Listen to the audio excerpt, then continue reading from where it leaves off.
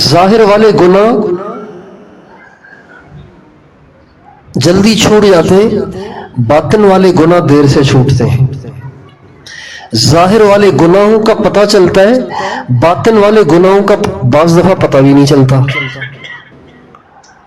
ایک آدمی، ایک عورت گزر رہی ہے، اس کو دیکھ رہا ہے، اور دوسرا اس کو دیکھ رہا ہے کہ یہ کیوں عورت کو دیکھ رہا ہے، تو یہ نظر آ رہا ہے۔ لہٰذا بعض لوگ جب پاس سے عورت گزرتی ہے تو ان کا دل تو کرتا ہے دیکھنے کو، لیکن بدنامی کے خوف سے نہیں دیکھتے، اس لیے نہیں دیکھتے، ورنہ دل کرتا ہے ان کا۔ بہت سے لوگ ایسے ہوتے ہیں جن کا زنا کرنے کو دل کرتا ہے لیکن بدنامی سے ڈرتے ہیں۔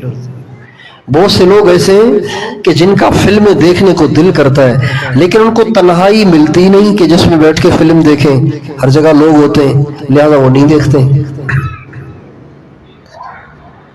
لیکن جو باطن کے گناہ ہیں وہ نظر ہی نہیں آتے، اس لیے انسان اس کی فکر بھی نہیں کرتا، اور وہ گندگیاں اور وہ پلیدیاں اور وہ برائیاں انسان اندر ہی میں لے کے مر جاتا ہے، اور وقد خاب من دساہا کا مصداق بن جاتا ہے اور جہنم کا ایندھن بن جاتا ہے۔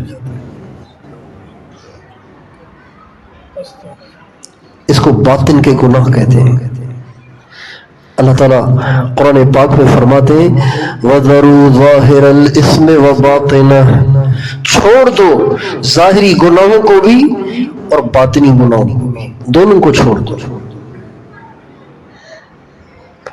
ظاہری گناہ برے ہیں، باطنی گناہ اس سے زیادہ برے ہیں۔ ظاہری گناہوں سے انسان توبہ کر لیتا ہے، باطنی گناہوں سے توبہ کی توفیق ہی نہیں ہوتی، اس لیے کہ وہ گناہ ہی نہیں سمجھتا ان کو۔ کوئی گناہ کیا ظاہر میں، لوگوں نے بدنام کیا، توبہ طائب ہو گیا، یا اللہ بہت بدنامی ہو گئی معاف کر دے۔ باطنی گناہ اندر میں ہے، کسی کو پتہ ہی نہیں چل رہا لہٰذا توبہ بھی نہیں کر رہا، اور اسی طرح گناہوں کو کرتے کرتے مر جاتا ہے۔